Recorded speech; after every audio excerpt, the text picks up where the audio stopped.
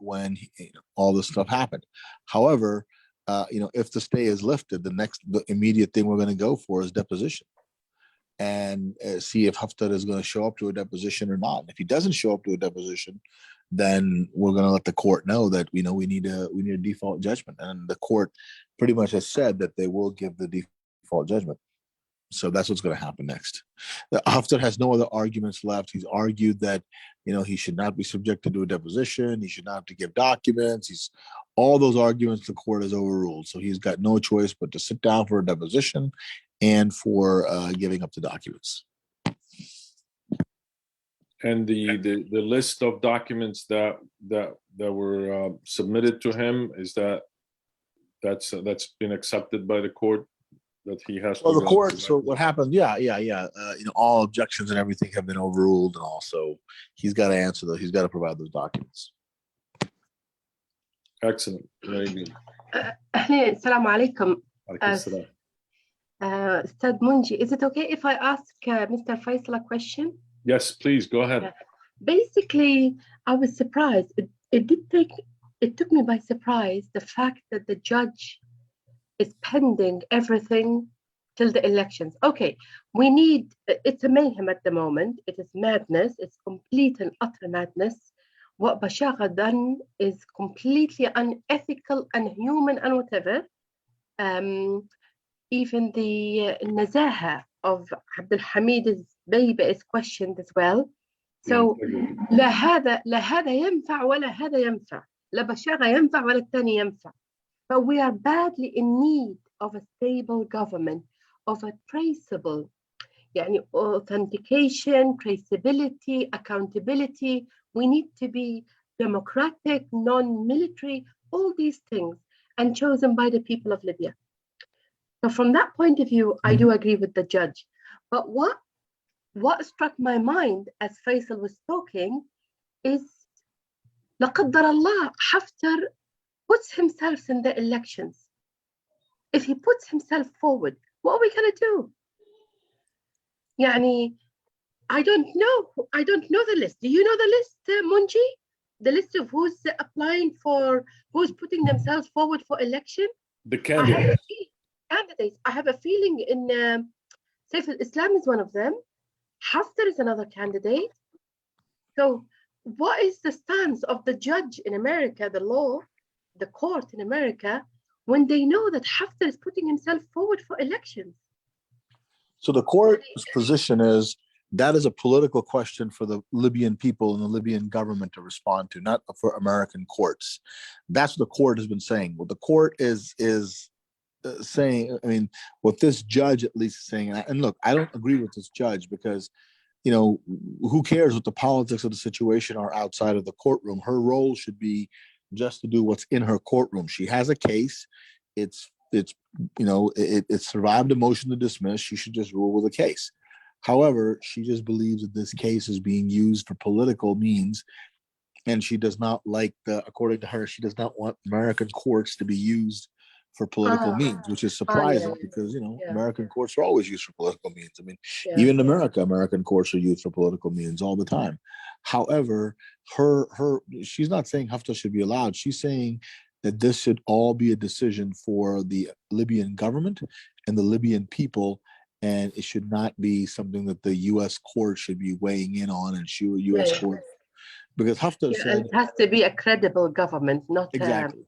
Not the situation that we are in at the moment. Right. Haftar's point was, Haftar's lawyers have just said, this is all political, that this is all being done so Haftar can be prevented from being a candidate for president. And she did not want that. She does not think that a U.S. court should prevent that. That should be something that the people of Libya should prevent, and the Libyan, government and system should prevent.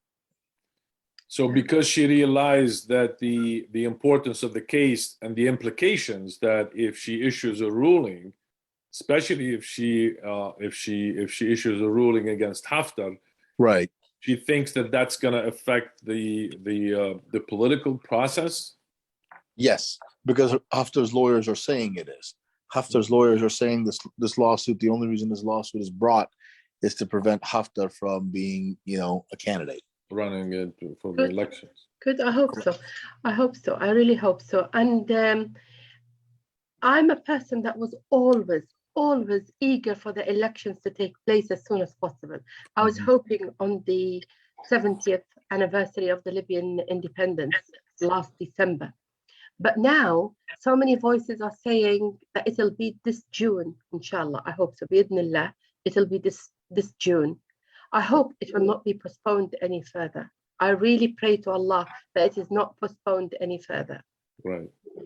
So, Faisal, maybe follow-up question. If so, the judge is like, how do you expect her to rule on this? Because there is no indication from Libya on when the election are going to be. Like, there's no date. There is maybe speculations. We hope maybe that the elections will happen soon, and there is an agreement and a consensus around this, but we don't know. Like, there is no one side, or there's no date even being floated as this could be the one. So what is the judge going to do in this case? Well, that's the interesting question, right? We've been waiting for a long time now. You know, it's December, here we are in March. So it'll be interesting to see what the judge does next week. But yeah, you're absolutely right. That's one of our issues. Is like, look, judge, we can't sit there and wait forever. There has to be some sort of, there has to be a ruling at some point. Right. Yeah. Munji, is your organization, the American Libyan Alliance, are they assisting Libya in any way in creating the constitution or rewriting or readaptation to the King's Idris constitution? No, are you giving a helping hand or anything like that? We're not. We are engaging in discussions. We're talking to folks here in DC. We're not involved in any way with people back in Libya in terms of the political process. We're trying, and we're talking to some NGOs in Libya on creating some programs related to youth leadership, youth engagement in politics. We're talking to some other NGOs who are working on the refugee issues, on some internal. We're not involved in the political process. We try to stay out of that, specifically the political process, because of it's too messy at this point. There's not even a clear direction. If there is a talk now about, especially the UN, the European Union, and I think lately the US has thrown its support for creating a legal framework for the elections. We don't know what that means, or how is that going to be proceed. How is that going to proceed? But we're following that very closely, and hopefully we can shed some light or give some opinion on those when the time comes. Yeah, I wish you all the best. I hope that we can see the process of creating and delivering elections in a peaceful manner. And astaghfirullah, yesterday or the day before, there was an attempt of assassination on what's his name, Zubayba's place in Hayy al-Andalus, where there was a sarukh, like a missile. We were so happy in the Nas. They are more calm, businesses are flourishing, there are restaurants, there are cafes, there are malls, there are all sorts of lovely, lively things. Life was creeping back to its normality as much as possible. And then 2 days ago, a missile hit someone in someone's place in Hayy al-Andalus. Hayy al-Andalus, Georgian Popular, is one of the safest places in Libya. Even during the attacks of Haftar, it was still one of the safest places. So it sends a sense of fear and hesitation to my heart. What's happening to Libya? ليش الانفلات الأمني? Why should there be mayhem? Why is it a lawless country? Stephanie Williams is trying her best. America is trying their best. Britain are trying their best. Why aren't we up to the standard? Till when? ليش عصابات؟ خلاص Gaddafi مات. Gaddafi died. Not a single bullet is allowed after the death of Gaddafi. It is haram on all parties, on all attributes. It is illegal one bullet to be given after the death of Gaddafi. Alhamdulillah, we got rid of Gaddafi. Khalas. Right. Now we need to aspire to democracy, to stability, to يعني I think, I had a feeling, I know it is bad. يقولوا مصائب قوما عند قوم فوائد. I'm not saying, but I'm just saying that the war in Ukraine and Russia, 46% of the UK's natural gas is from Russia. Right. Almost 50%.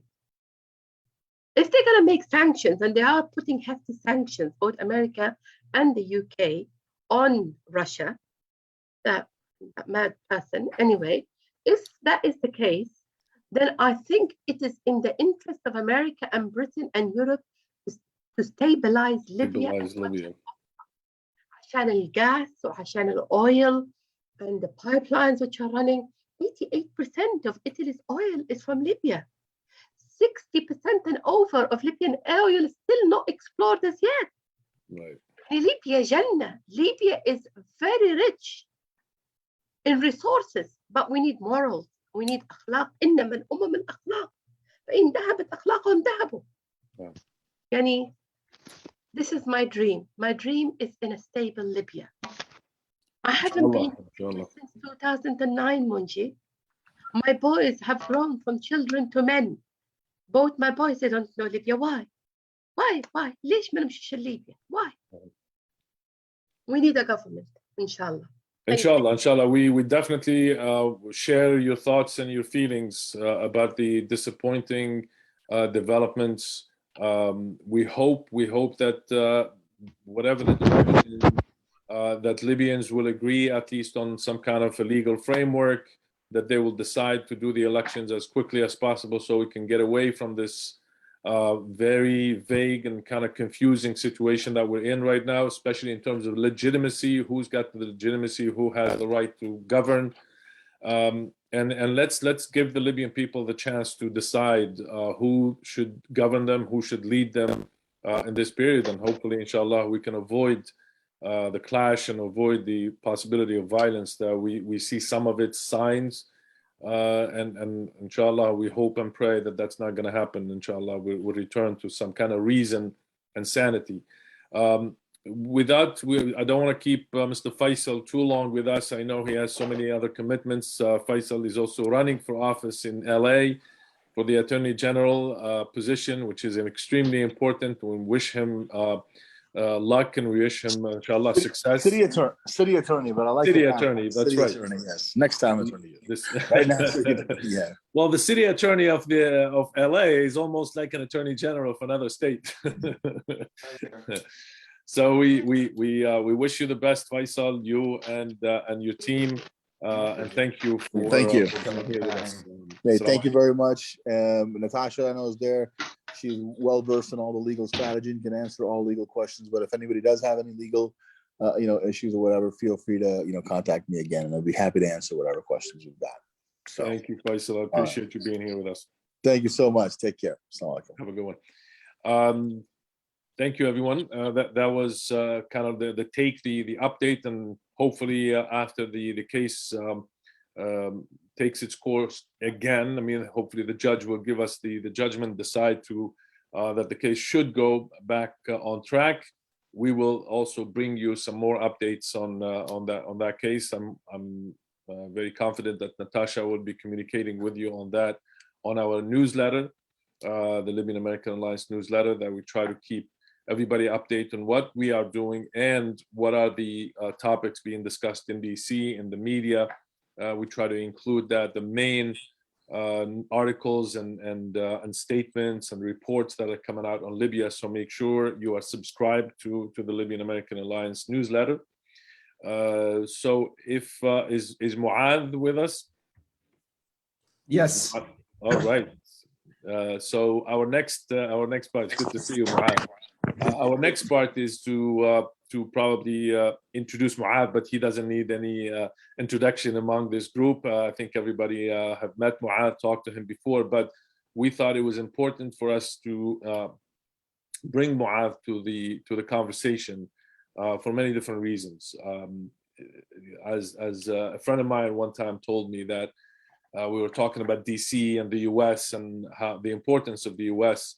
There are decisions that are made in this capital in Washington DC that literally affect billions of people around the globe, whether it's in the Middle East, in Libya, or in South Africa and other regions of the world.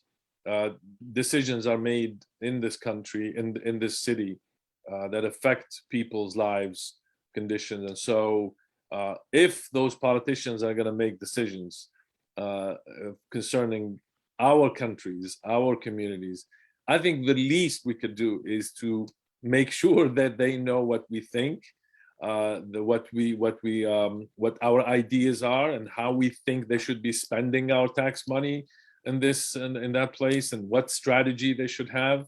And so that's what we try to do at the Libyan American Alliance, as I was talking. But I think Mu'adh took that question and that idea a little bit further than that. Mu'adh is saying that not only we want the politicians to hear what we have to say, but also we want to be the politicians that make those decisions. We want to take our rightful place around the table where these big questions and big ideas are being discussed. We want to be there. We want to be part of the decision-making apparatus of this country. And for that reason, Mu'adh is running for office. He's running for challenging one of the senior leaders of the Democratic Party in the state of Connecticut, John Larson. He's surprised everyone that he's doing great. He's catching a lot of attention and making heads turn, and I think for the right reasons. So for that, we wanted to have Mu'adh with us here today. We wanted to hear from him on the status of his campaign. Where is he going from this, and how important is it for the Libyan American community, no matter how small the numbers are, how important is it for us to be together and to talk and to voice our opinion? So Mu'adh, without further ado, the floor is yours. Thank you, Munji. Always a pleasure to be in the same physical room or virtual room as you. And so nice to share a space. But yes, my name is Mu'adh. I'm running for Congress and running at the age of 27, which usually, some heads turn and say, why at such a young age? Maybe go to law school, go run for mayor. And that's all well and good. But I tell them, I don't believe that we are secured tomorrow. And the world is getting much more dangerous every single day. And I think as Libyans, we understand that very well. I just came from a protest with the Ukrainian community, and it's so reminiscent of the challenges that we faced. Their calls for a no-fly zone, their calls for support on the ground, things that we experienced as well. And I share with them that we had gone through similar challenges. And the point that Munji mentioned is a powerful point, which is they're not lobbying, the world isn't lobbying Britain or France. The world's lobbying the US because we lead what happens for the rest of the world. We are the global power, and people look to the US for leadership on the most important issues, whether it's human rights, protecting democracy, protecting freedom. And so the crises are only growing in number, whether it is foreign policy related crises or domestic. We see in our country right now just growing amounts of inequality. We see growing amounts of American suffering, 500,000 people unhoused. And so as a Libyan, as an Arab, as an immigrant, as a human, these things all bother me. And I think that they're deeply intertwined. MLK said that we have to understand that injustice anywhere is a threat to justice everywhere, and that we are all tied in a single garment of history. And so understanding that the forces that maybe seek to divide us, whether it's domestically or internationally, that they're oftentimes playing on the same team, and our job is to unite as Americans, as Arabs, as Muslims, as Libyans, as just human citizens, global citizens, trying to fight for the basics that we all want. And so this campaign has done extremely well, and it's because of that message of unity, of working together, of trying to build a more prosperous future, of challenging the status quo. I happen to be challenging the longest serving Democrat in the entire country, who's never gone without a primary challenge. So he's been in office since 1999. Einstein said it perfectly for me. He said that insanity is trying the same thing over and over again, expecting a different result. People get it. It's time for new blood. It's time to get different voices in there. People are refreshed to see a younger person run for office. They're refreshed to see a person of a different background run for office. If elected, I would be the very first person from a North African heritage to ever serve as a member of Congress. An injection of that kind of global perspective, I think, only strengthens us, especially when it comes to foreign policy in the Middle East and in the MENA region. And so people are excited. They get it. It's time for trying something different. And there's a saying in politics, which is that if you're not on the table, then you're on the menu. And I think we've seen that happen quite too often, which is whatever group, if it's the Libyan American group that I represent, if it's the working class people that I represent, oftentimes we don't have enough of a say. And I think that there's a lot we have to offer. So I've been phenomenally excited by the response that we've seen and the appetite for this campaign in our district. And we're about 5 months away from the election. It's August 9th. So, mark your calendars. Hopefully August 9th, we'll be hearing some great news. But we're just doing the hard work, telling people what we have to offer and what our campaign has to offer and our vision and values. And so thank you for allowing me to come, just kind of give an update, Munji, and happy to answer any questions if anyone has anything. And also happy to, just. Thank you, Muad. Thank you. Appreciate it that you being here with us. I'm sure there's a couple of questions that I'm probably our guests would like to engage with you, but I knew Muad. I keep saying that to people that I introduce. I knew Muad before he even was born. I was a good friend with his father Fuad, a great man. We used to work together. We used to spend a lot of time together talking about the Middle East, talking about Libya and Tunis and other parts of the world. Discussing the issues of our community. And I'm not surprised that Fuad has a son who decided to run for office and to give it all he can and take the rightful place. And hopefully, inshallah, you'll be the first North African in office. And that would be a proud moment, I think, for all of us. As you all know, I'm not Libyan, but I'm Libyan by spirit. I am Tunisian, but I do care deeply about what happens in Libya. I think that Tunisians and Libyans are two peoples, are one people in two different countries, and I truly believe that one country cannot survive without the other. I also think that Muad, it's very courageous of you to take a step and to run. I know how John Larson is in terms of. This international table. Can you please mute yourself? Thank you. I know how John Larson is. He's been, leading the delegation of Connecticut for quite some time. We just met with Senator Murphy this last week on the Tunisian issue, and you were on my mind because I remember when you were working for Senator Murphy, and we used to, go to you to help us to facilitate some of the meetings, some of the communication with them, some of the issues that we wanted to communicate to Senator Murphy and other senators on the Hill. We always found in you some great ideas, great leadership, great advice on how to approach some of these issues and some of these leaders. So inshallah, we next time we meet, I'm hoping that to be celebrating with you, inshallah, in Connecticut. I promise you that I'll be in Connecticut waiting for the results with you, inshallah. Tayyip, if there is any question for Muad, please let me know. Either unmute yourself and ask away, or raise your hand and we can acknowledge you. Yeah, I have a quick question. Yes, go ahead, Muhammad. First and foremost, it's good seeing you, Munji, and everybody else at LAA. Yeah. Muad, I was wondering, how can someone support your campaign, and where do they go for that? Yeah, fantastic question. So if you happen to live in Connecticut's 1st district and I don't know who you are, then you could definitely vote for me. That's probably one of the biggest things you can do. But assuming that there are not too many voters here in constituents, then some of the stuff that people could do is visit our website, check it out, see the policy, see if you like everything. And I just put it into the chat. And if you do, we'd love a contribution. I tell people, sometimes people contribute $1,000. That's great, but even as little as $1 helps us out, because there are two things that the media and kind of the political world looks at. It's how much money you raise and how many contributors you have.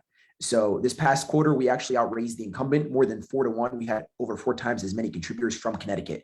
So he only had 107 people donate to his campaign. I had over 400. And that sends a very strong message, which is we have the people on our side. We have the grassroots. We have the energy. So you can support by contributing something small or big. You can also follow us on social media, which is also via the website. You can check out the social media and kind of stay up to date on what's going on with the campaign and sharing it with friends and family. Those are probably the 2 biggest. And then when we get closer, we're going to be doing a lot more phone banking, where we talk to voters on the phones, and we've already started that, but we'll be ramping up a lot more closer to May. Staying on the website is the best way, and staying on social media, because we'll let you know about the events we're having and how you guys can help us reach out to voters. And you can share why you think I might be a good candidate with them, and that's very powerful for voters to hear directly from a supporter of the campaign. So those are some of the big ways, Mohammed. Thank you, Muad. The technical question: do you have to be registered as a Democrat to vote in the primaries? Yeah. So you have to be registered to vote as a Democrat to vote for me in the primaries. And actually, one of the exciting things that we're doing, part of this campaign, is trying to galvanize silent majorities. So there's a huge silent majority of Muslims in our state. I recently found out over 100,000. To put that into perspective, I will probably win this election, or whoever will win with probably 25,000 votes. So it is a massive amount of kind of Muslims on the sidelines. We have a large Puerto Rican community that is oftentimes disregarded and not really engaged with. And so we're engaging with them, and they're oftentimes Democratic supporters, but they might not be registered to vote. That's the side. I got a little distracted there. But yes, you have to be registered Democrat, and we'll be working heavily to make sure that people from our community are registered to vote. And we've already started that. People have been telling me that you're working on this idea, so that's a tangent there. We might be crossing paths on that project. Yeah, actually, I'm coming to Connecticut next week, so let's plan on having some lunch or breakfast together, inshallah. How is the response from the community there? I know that there is quite few Libyan families, some Tunisians, Arabs. I think the community, from what I see, is very excited about your campaign. I think that's a great thing. I think the key is, how can we kind of rev the engine and get people to be engaged with the campaign actively, whether by donating, volunteering, knocking on doors with you, and also to let everybody know that Connecticut just elected its first young Muslim, for a state representative on a special election. She was approached by the town committee. She was a board of education member, and she was approached by her town committee and given the chance to run for this special election, and she won. I think it was last week when it was announced. So that's a great sign for you, Muad, is for that the community is ready. The community, especially the young folks, are willing and able to engage in these fights and win. Yeah. No, it's the Libyan community has been pretty supportive locally. I think that they're, as a candidate, I'm always hungry for more support. So, but they have been, as you should be. Exactly, as any good candidate I think should be. But they have been supportive, and they have been engaged. It's kind of a learning process, an educational process for everyone who's typically not too involved. So there's always more. We're trying to get them more engaged, especially getting out there when the weather warms up with door knocking and phone banking. And they are probably my best surrogates, the people who grew up around me and can speak about character and work ethic and values, and all of that stuff that matters a lot to voters. So we plan on putting together some kind of training, field organizing training sessions, and getting them out there. And so that's a big part of it. We've already done 2 different registration drives at masjids on Friday prayer. So we're working on that. We're trying to utilize the powerful month of Ramadan, not only for du'as, but also for registering voters as well. Yeah. So we will have a captive audience in our mosques all across the district, and we plan on making sure to hammer away the point of why civic engagement is extremely powerful. So we have a couple ideas of how we can continue revving that in. Absolutely. I think you have a very fertile ground, I think, in the district. I know it very well. It's a very diverse community. There's a lot of different ethnic groups, religious groups, very active also groups in civic engagement, social justice, and all of that. And I think those play in your strength. You have extremely great ideas in that domain, and I think that's great. I mean, that's going to work for you, inshallah. So, and anybody else has a question? I just want to say all the best, Muad. MashaAllah, you are an inspiration to the young youth. MashaAllah. I've got boys who are your age. My eldest is the same age as you. Inshallah, I will give them your website, harazi.com, and they will follow you, Hamza and Muhammad. But they're from the UK, so we are based here. I am always fascinated by America, even though I haven't visited America, but my first degree is American from London, from an American university. I graduated in 91. So between 88 and 91, I was in an American university. So we took and it was during the first Gulf War and things like that. So there was a lot of, even though I did civil engineering, but there was a lot of politics all around us, too much politics. And to see the American way of thinking, the style of talking and everything, it was quite something. It always stayed with me. Alhamdulillah. Yeah. But I'm so proud of you, Muad. MashaAllah alayk. Rabbi yahfadhak. MashaAllah. I mean, thank you for those kind words. And I'm always cognizant and aware that the campaign has kind of effects that are much bigger than anything I could ever predict. And alhamdulillah, I've seen a lot of young people get involved in politics through this campaign. And I know myself, I was inspired by Abdul El-Sayed running for governor here in Michigan. Seeing Ilhan and Rashid obviously was a huge boost to my confidence. But I think that I'm building on the work of giants ahead of me. And I hope that this campaign will kind of continue sending that message that our community should get involved, that there is space for us to engage and to kind of shape our politics here in America. And so hopefully we can bring that energy even to the UK. I know you guys have I think the mayor of London, and I think it'll be it should be a global effort for our community to engage, because we are widespread and we're everywhere. Excellent. Is there anybody else has a question? Muad, I mean, before you, yes, go ahead, Salah. Thank you so much, Allah. It's very, very nice meeting everyone. I'd like to see this more frequent, more often, so we can get our Libyan community engaged. My congratulations, Sheikh Muad. I missed you when you were into our town here, but I was out of town at the time. But I heard about your good visit to Los Angeles, California.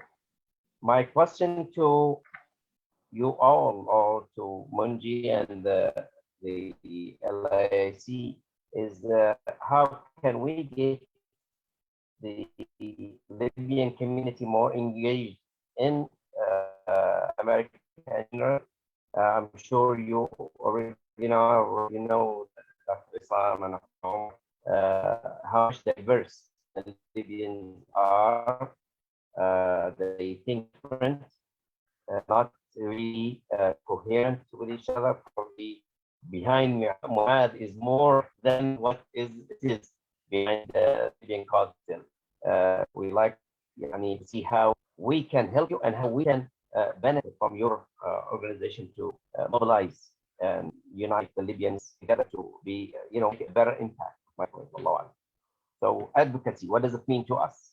I know many of us, we hear about it. We don't really know what to start, where to start, what to do. We all talk, everybody knows lots of good politics, but what to do the right thing, be more effective, more efficient as individuals.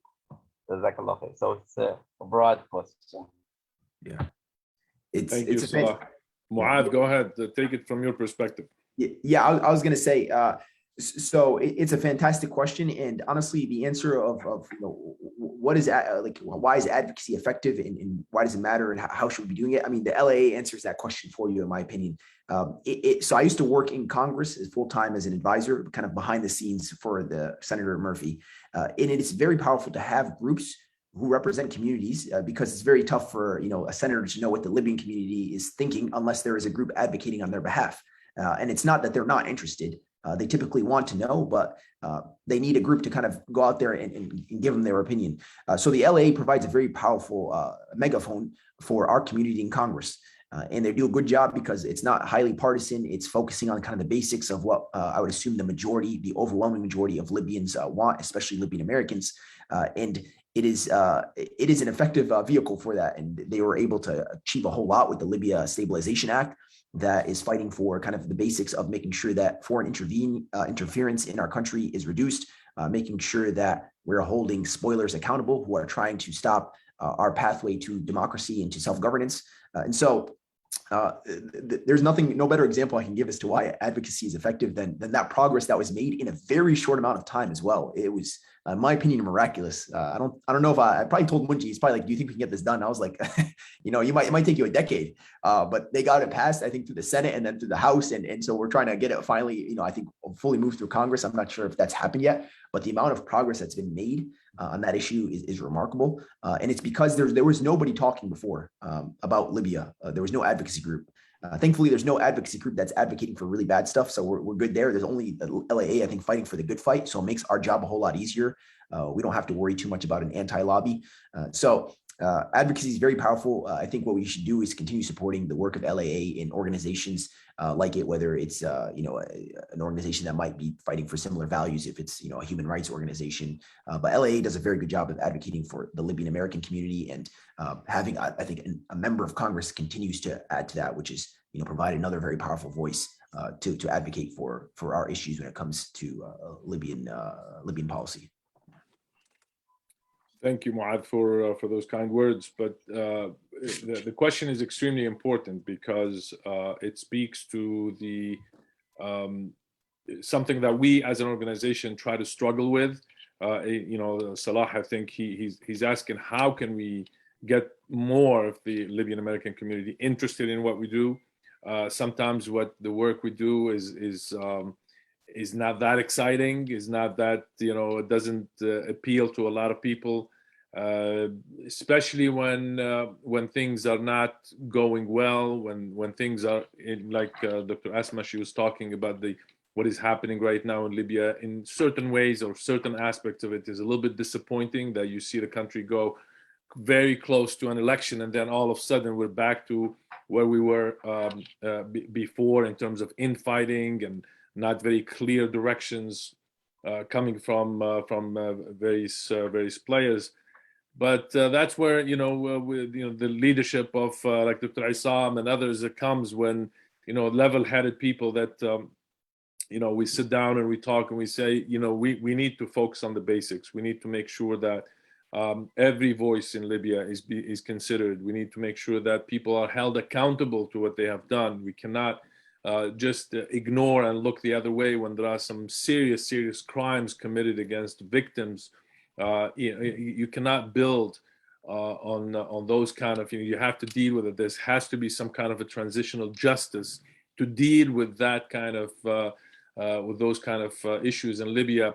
At the same time, you have to have very clear framework, legal work to put an election so people can feel confident in the outcome, even if they don't like the person who was elected at the end. But I think they'll have confidence in the system, that they have confidence in the basics of what we are trying to build. And I think that's important. How do we keep more of the Libyan American community engaged is $1 million question that we struggle with and we ask ourselves every day. And that's why we brought some of the young Libyan American community members like Abrar and like Amir and trying to figure out this question.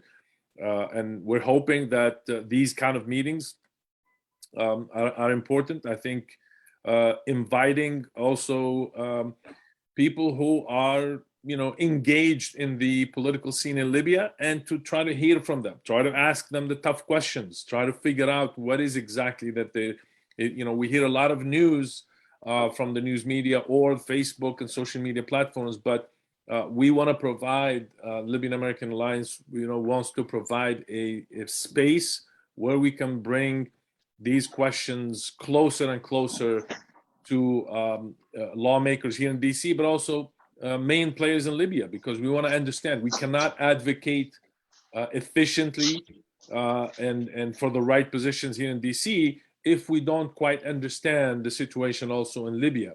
I think that's important. I think that's what we're going to focus on this year, is we're going to kind of bring these voices together in a very respectful manner. We want to discuss the situation, and I think once we provide that space, once we make sure these kind of meetings have value for the Libyan American people, they don't want to come on a Sunday afternoon to hear boring conversations. They want to come and feel that there is good information being provided, that good debates are discussions are taking place, and good ideas that are coming out of this that we will carry forward. I think if we can do that, Munji, yes. Ustad Munji, you wouldn't believe, Ustad Munji, I've lived in the UK for over 40 years. I came to England when I was 7 years old, but my heart is in Libya all the time. Right. And since before the Arab Spring or the Libyan Revolution, I'm always interested. And as I said, because I studied in an American institution, and my dad before me was a politician, Allah yarahma, and so on. Yeah. So who's a dissident in the UK. I've always was eager to read what's in between the lines from the American government and the British government. Always. لأن things don't tick merrily unless those two countries are in tune with the politics of the Middle East or Libya in particular.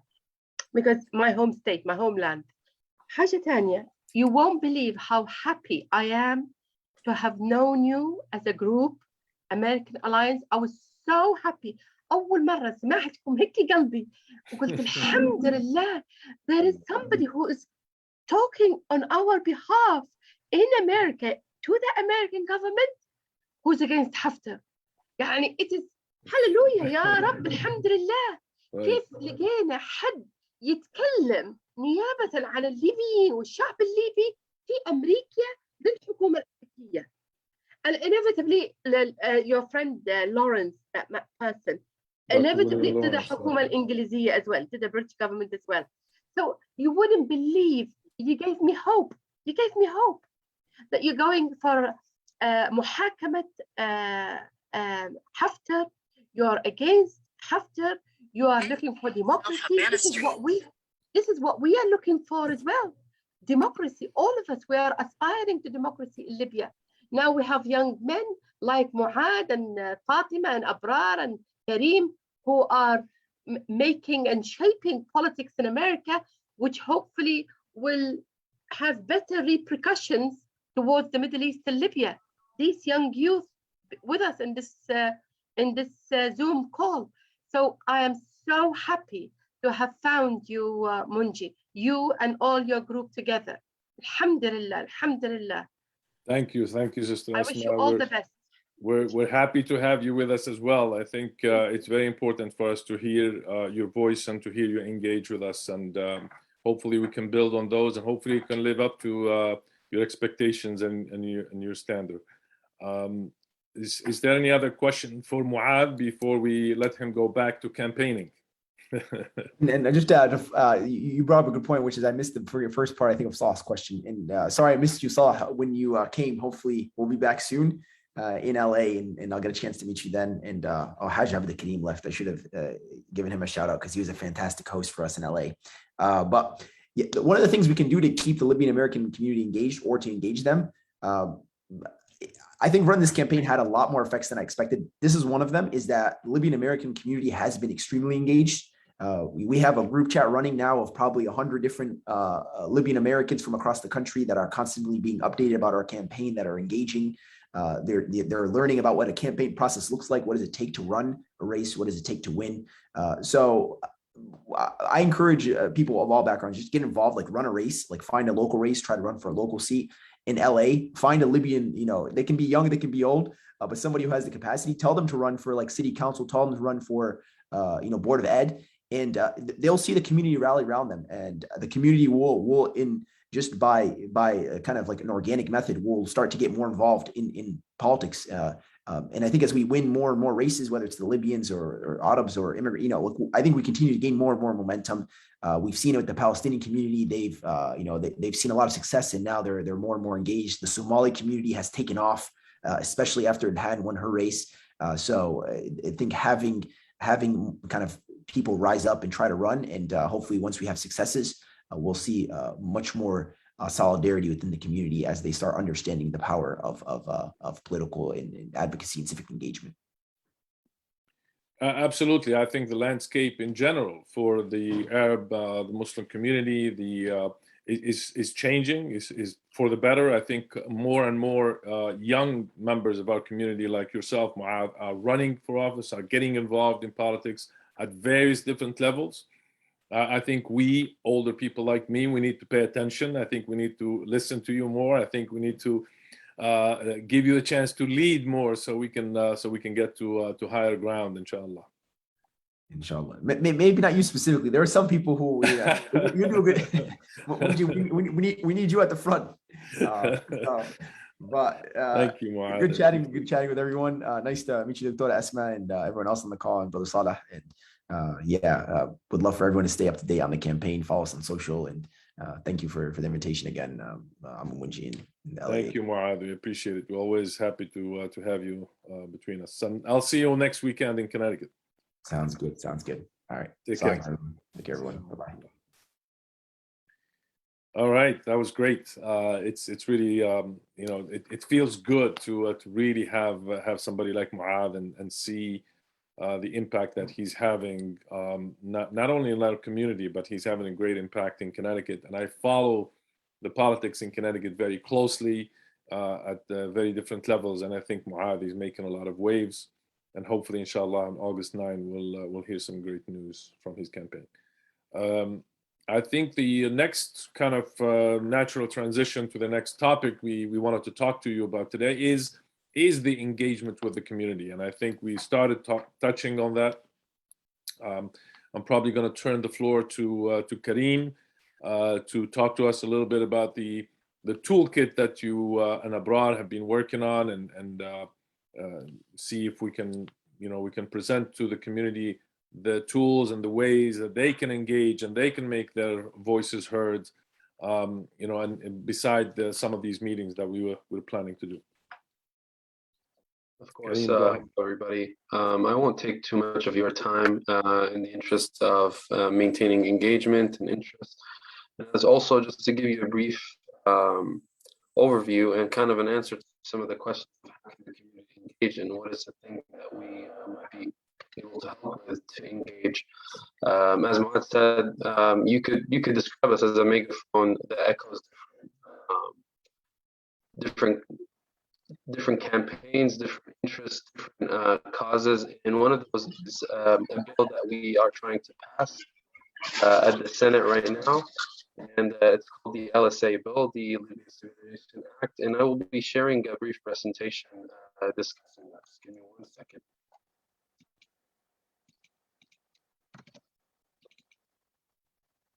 All right, I hope everybody can see this. Yes, there's a toolkit that our team has come up with for action to support and proliferate the Libya Stabilization Act, to talk about it, to bring about positive change. Just briefly, this is our mission statement. We were founded in 2019. We have been fighting for U.S. policies like civil Libya and to end the conflict that's been going on since early days of the revolution. Briefly here, this is the front page of the website. This is how you can access it. So under one of our banners, Public Diplomacy and Advocacy, we have the Libya Stabilization Act. This is, after you click that, this is what you get. Here you can click the link to view the toolkit, and you have a brief summary here, what has representative said about it, and other information that you can find out. To summarize, according to the Congress website, this bill provides sanctions and assistance related to the conflict in Libya. We have about 5 main ideas, 5 pillars: clarifying U.S. policy, address external interference, provide humanitarian relief, impose sanctions against violators, regardless of where they stand in their location, and strengthening democratic and economic institutions. More information and more details under those pillars can be found in the toolkit. This is a big idea, big topics kind of presentation. So these are the steps that I identified.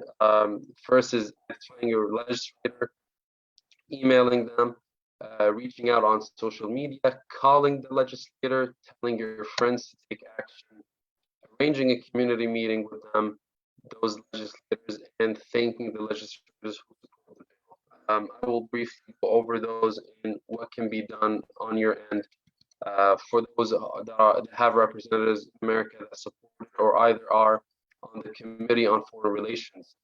The latest update, according to Congress.gov, on this date, the bill was received in the Senate and is referred to the Committee on Foreign Relations. That's currently what's going on right now.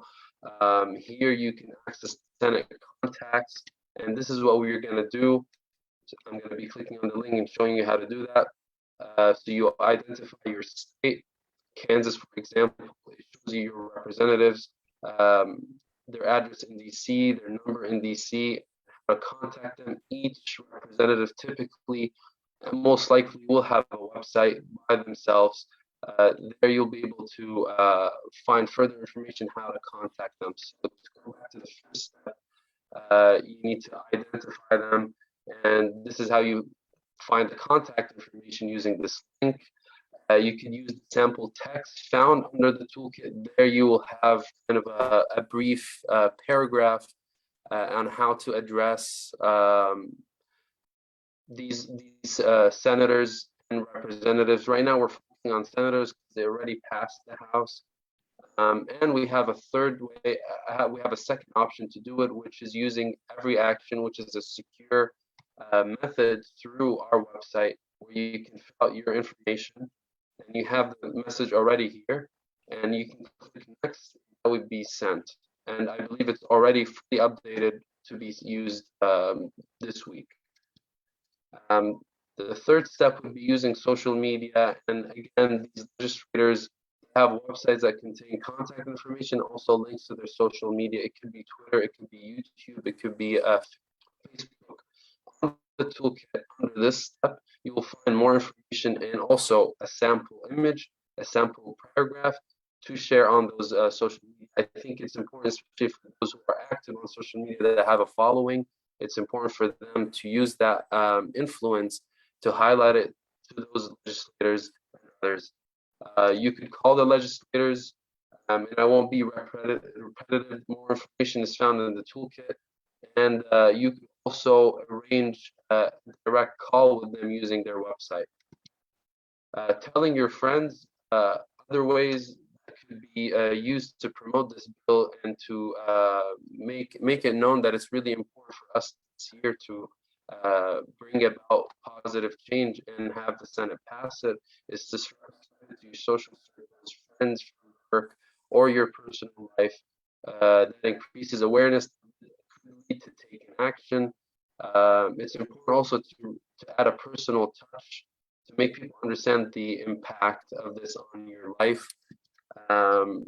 And one of the last steps is a community meeting. This is where we also, as a megaphone and as an advocacy group, can help you set up community meetings with those legislators. We could help organize it. We could help you with further steps. As long as you show up, you have a community backing, we will be there with you during that step, telling you, bring talking points and mentioning what needs to be done during those meetings. And this can be one of the most effective ways to make your voice heard about this bill. Lastly, if you identified your legislator, you found that they are already on the Committee for Foreign Relations and they support this bill, or after you've discussed with them, they've showed interest in support, you thank those legislators. To make it personal, we have a sample letter also that could help you write around it, your own personal touch. And this is part of I could say a total system of how to engage and how to bring about positive change as individuals that live in the United States and are most likely, a lot of them are born in the States and have lived here, and they know primarily their life here. Engagement through those ways allows us to make our voice heard and have these effects brought about on our terms instead of waiting for change to be not sitting on that table. Thank you for joining us for this meeting. I apologize if I went overboard. Our central focus this year is passing this bill, the LSA bill. This takes effort and active engagement to get the needed results. If you have any questions, concerns, this is our email. We're here to support your stance, and thank you. Thank you, Kareem. I think we had a little bit of issue with the audio. I hope that that did not affect the presentation as a whole. If there's any questions, we can address them to Kareem. But to summarize, I think this toolkit focuses on two things. One is obviously one of our major goals as an organization is to pass the Libya Stabilization Act. That bill right now has made it through the House. As you all know, a bill will not be a bill until it passes through the House, and then a similar version will pass through the Senate, and then that bill will be sent to the president to sign into law. So right now, the bill passed through the House. A similar version is in the Foreign Relations Committee in the Senate. The Senate needs to, what they call it for markup. That means they will call the bill, they will discuss it among themselves. If there is any changes, they will make it there, and then they will vote on it and pass it, and it goes to the vote of the whole Senate. If it passes the whole Senate, then both bills from the House and the Senate will be reconciled to make sure that there is no differences between them, and then they will send it to the president. So right now, our organization is focused to make sure that the Foreign Relations Committee in the Senate take on this bill, put it on their calendar, discuss it, and then vote on it. We think that if it gets called for a vote, we have enough votes to pass it. We've been talking to a lot of different members of the Foreign Relations Committee, from the Democrats, from the Republicans, and we don't see any opposition to this bill. There are some questions, there are some clarifications were needed. The last time we had a conversation with the ranking member, meaning the second person on the Foreign Relations Committee, who is a Republican, James Risch from the state of Idaho. We've talked to him about the bill. He said he doesn't object to it. He has only one request, that he needed to see some feedback from the Biden administration on the bill, because the bill has many requirements for the administration to issue reports about the situation in Libya, to clarify its strategy in Libya, and to act in case of there's any violations by spoilers and foreign actors, to impose sanctions on those countries. So there's a lot of actions needed from the administration. And so he wants to see some comments on that. We have reached out to the administration. We have met with the State Department. We have met with the special envoy and the ambassador when he came to DC. We made sure that they know that they need to act and they need to comment on this bill. Same thing, we did not see any opposition from the administration on the bill or any objections to any big parts of it. And so for that reason, we think that especially now with the situation in Libya is very murky, very kind of dangerous. It's on that phase that we don't want the situation to go to a negative direction. So we think that if we pass this bill, it will act as a deterrent from many of the foreign players not to interfere in a way to destabilize Libya, because it specifically says in this bill that sanctions will be directed at anyone who tries to destabilize Libya or tries to block its transition to democracy and violates a lot of the rules of the UN. So for that reason, going through this toolkit is important. Like Karim was explaining, that if you, and many of you already familiar with contacting your representative, but if in case you don't, then we have in our toolkit how to identify your representative, how to communicate with them. It's important, I want to emphasize this, that you keep the Libyan American Alliance, keep Karim, keep Natasha, Omar, keep us involved in your communication with your office. Even if you do communicate with the staffer in your own state, copy us, just CC us on the email so we are aware of those communications. The reason for that is because we have our communication here in DC. We know which staffer in that office actually deals with Libya.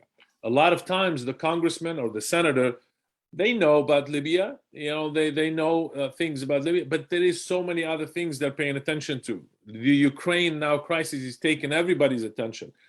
But if you know the staffer who works in his office or her office, we need to zoom on that person. We need to build a relationship with that person and communicate with them on a regular basis. Give them updates about what is happening in Libya, who's saying what, who's meeting with what. That helps them understand the situation in Libya. And when we suggest to them certain directions, certain actions, they listen to us. They trust us with information that we provide them. So it's important you communicate with your representative, but also keep us copied on those communications. Sometimes representatives don't answer you in time. They might have forgotten about your email. We will make sure we remind them from here. We're going to keep track of your communication. We're going to keep track of the emails and the communication you sent to them. And if they don't answer you on time, if they don't answer you appropriately, then we're going to remind them. We're going to tell them that this is important. You need to pay attention to this. I was talking to somebody last week. He's a member of the community. He never communicated with his senators before. He didn't even know who the two senators were until I told him that, listen, Virginia is important because one of our senators in Virginia is also a member of the Foreign Relations Committee, Tim Kaine. He was the candidate for vice president when Hillary Clinton was running. So he's very important. He's very engaged in the foreign policy. So it's important you communicate with them. So we send them an email. He was surprised a few days later to call me and say that the office actually called him, did not just send an email saying that we received your communication. They actually called him. And they said, we're very pleased to know that your Libya is important to you. We would like to talk to you. We would like to set up a meeting and talk to you. So that's the kind of communication. Sometimes it's very important, and we think that it's a work that intertwined. That especially there are some states are very important. Texas is one of them. California, New Jersey, New York, because Connecticut, like Muad was talking about, because members of from that state are sitting on very, very important committees, and they make very important decisions. And the administration, especially if they are from the same political party, they listen to them. One of the very important senators for the Libya issue is Senator Murphy from Connecticut. Also, Senator Coons from Delaware. Senator Coons is a friend, and he's from the same state as Joe Biden. And he is the one that introduced the Libya Stabilization Act. It is extremely important that we talk to him, that we talk to his staffer, that we know who handles Libya for him, to build that kind of communication. And luckily, we are in contact with them. We just had a meeting with them about 10 days ago, and we're pushing them that they keep working on the Libya Stabilization Act. So, thank you, Karim, for putting this presentation together for us. And if there is any question or comments, please let us know.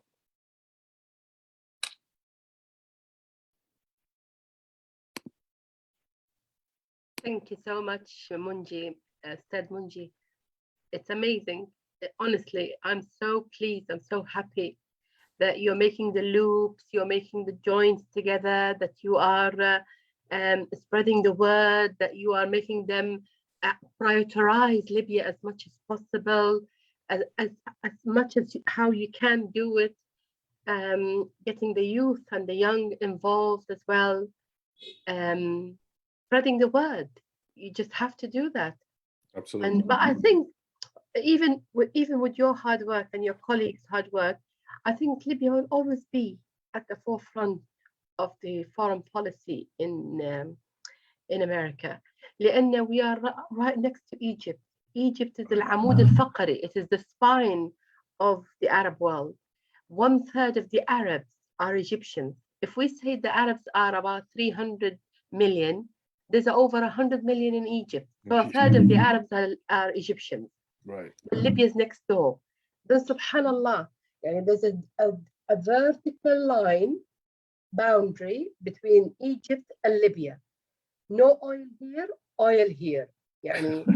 Amazing. It's just amazing.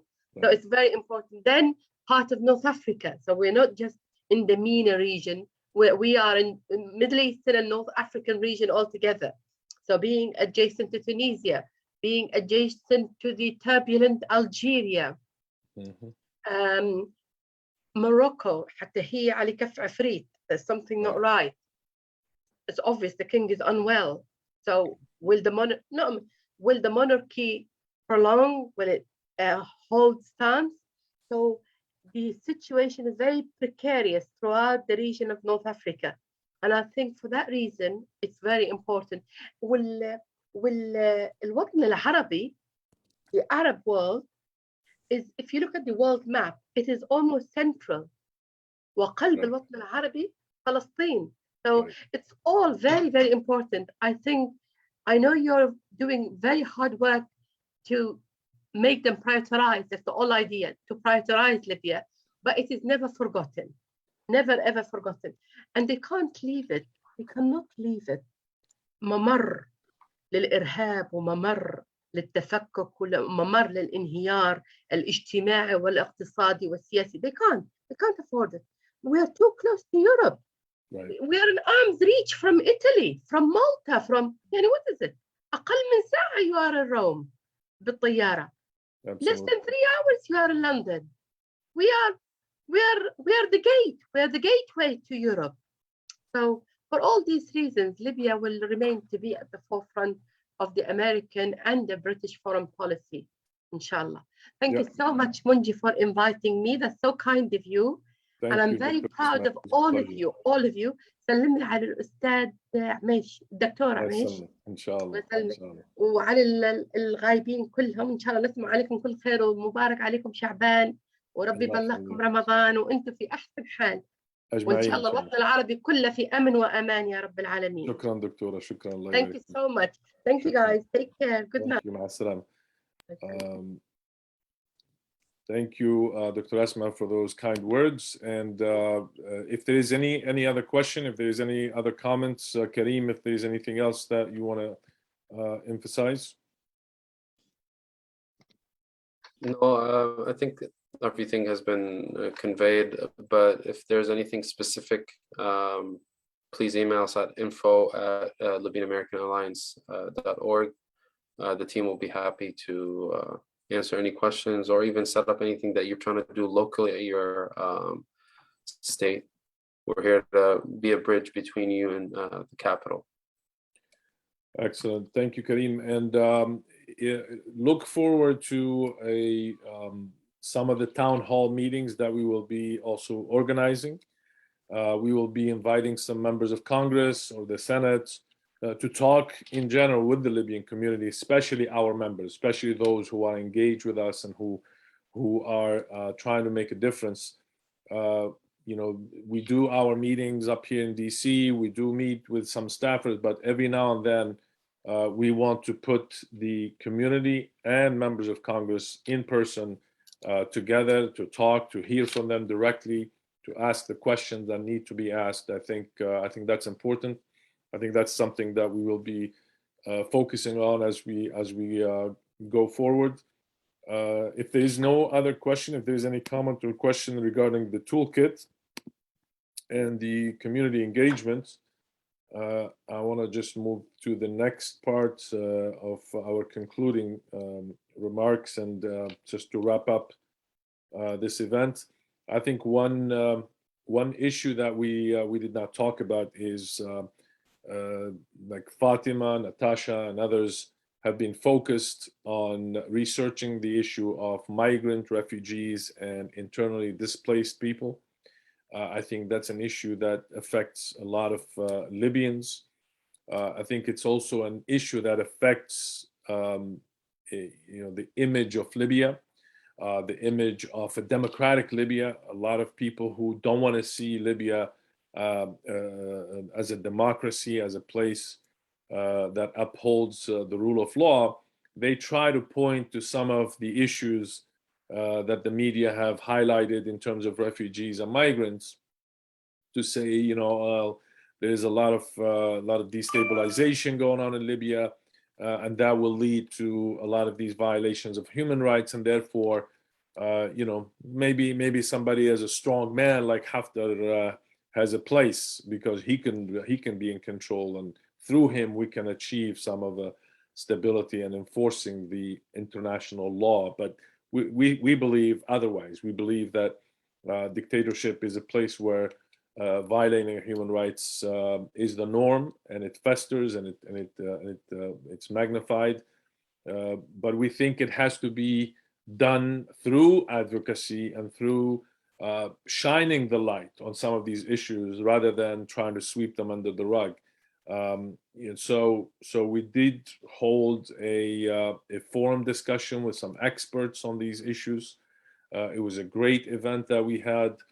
We have a report that was done by our team, led by Fatima and Natasha, and it had some very good recommendations, solid recommendations to the American government, but also to Libyans from our perspective. After talking to a lot of different experts on the field, from our perspective, what are the recommendations? What are the things that we need to see, and especially in terms of policy? And I think the report is on our website at LibyanAmericanAlliance.org. We will be having more to do with that, we think, after we pass the Libya Stabilization Act, which in it, there is some part of it that deals with protecting and providing some help and support for institutions that work in Libya on those issues. But we think that we maybe, after having a good conversation and a big conversation with the community, we might try to address the issue of migrant and migration and in Libya in a more formal, standalone either bill or an act or some kind of policy from the U.S. and the international community. So if there is, I'll open the floor for any comments or questions in regards to that topic or in general. So please let me know by raising your hand, or you can just take the floor.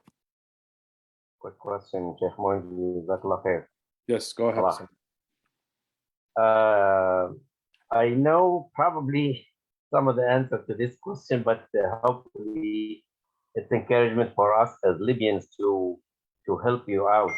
How is your relationship with the embassy in Washington DC? Is it going the same line, or is it going against what you do? Is it, like I mentioned to you already before, I know how much the Libyans are diverse in the United States in general, as public, but as an office representing us in Washington DC, what do you think, and what's your relationship with them? Thank you for the question, Brother Salah. I think I wish that Dr. Issam was here to give you a little bit more nuanced answer than what I'm going to give you. We do not have a formal relationship with the embassy for various reasons. I think the previous ambassador, we had some kind of an ups and downs relationship with her. We tried to engage her, especially during the war. She was not very responsive. She was not very visible. And I think after she left, not much changed. We do not see a lot of actions from the embassy here in Washington. Unfortunately, We think that there is a big role for them to play, but maybe they are doing something behind the scene that we're not aware of. But we don't see them on the public sphere, at least. We do not, again, we do not have any not communication. We do communicate with them. We try to invite them to many of our events. But there is no official or strong position that the embassy is taking here in DC. I'm not quite sure why is that. On a personal level, I think Dr. Isam does have conversations with them on a regular basis, but as a professional relationship, we do not have that strong relationship with them. Brother Rifat, I see your hand is up. Go ahead. Thank you for giving me the floor here. I won't take much of your time. I just wanted to introduce myself. You probably see my name first time here. This is my first time joining your workshop. For some reason, I got that invitation. I appreciate that. I just want you to be aware who I am. I'm Rafat Mafrakis. I'm from Missouri, Columbia, Missouri. I've been in the States for the last 40 years, and I'm an engineer.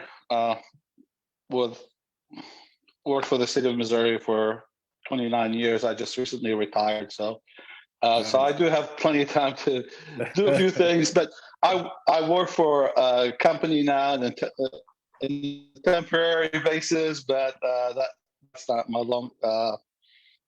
it's not my long-term. It's not going to be a long-term relationship because I tend to retire. But I like what I heard. Unfortunately, I didn't join you earlier. I came in the program at 3, so I probably missed a lot of things. That's 3 Central Time, so I'm hoping to touch base and listen to your program and be involved. So just wanted to introduce myself. Thank you. Thank you, Brother Rafat. It was nice meeting you and nice to see you. I went to school in Lincoln, Nebraska, by the way, also for engineering. So every now and then I used to come to Missouri and visit. This back in the 80s. Okay, yeah. Late 80s. Okay. Yeah, I've been in Missouri since '82. I got my chemical engineering degree. I've been in doing environmental work and civil engineering work. So. Yeah, we probably know some common friends. Thank you. I'm sure we do. Hope to get to meet you someday. So absolutely. My son actually lives in Virginia and Washington D.C. Oh, yeah. Great! That's good. I'll probably be making trips down there. Up there. Please, if you do, we would love to see you. We'd love to talk to you and host you at our office and have lunch or coffee together. Yeah. Inshallah. Thank you, Brother Rafat. It was sure. Yeah, he lives Reston, Virginia. So okay. It's not that far from where I live. Great. Anybody else have another question or comment? Thanks. Thank you, Rafat. I think we came to conclusion. I think would like to thank again everybody that joined us today. Thank you for your questions. Thank you for your comments. We look forward to staying connected with you. Obviously, the Libyan American Alliance, we are a nonprofit organization. We are an advocacy organization. We do not get money from any government or any official institution. We do rely on the generous contribution of our community, of our supporters. So one way of supporting us is to donate to our organization. So you can find the donation, I think, on our website, the Libyan American Alliance. The link is in the chat that Omar just put there. Please donate to talk about our work to your friends, to your colleagues, and engage with us. We are an organization that brings a unique perspective of engaging with lawmakers and bringing the voice of the community and try to connect the two together. So not many organizations, I don't think there is another organization that does that with the Libyan American community in Washington, D.C. For that, we are grateful for your continued support. Please continue to do that, and we rely on it, and our existence of the organization depends on your support. Inshallah, we'll see you at another event. Please share our newsletter, share the information that you've heard today with others, share the toolkit that we have, which is on our website as well. Share it with your friends and your community, and Jazakumullah khair, and we'll see you next time. Assalamu alaikum.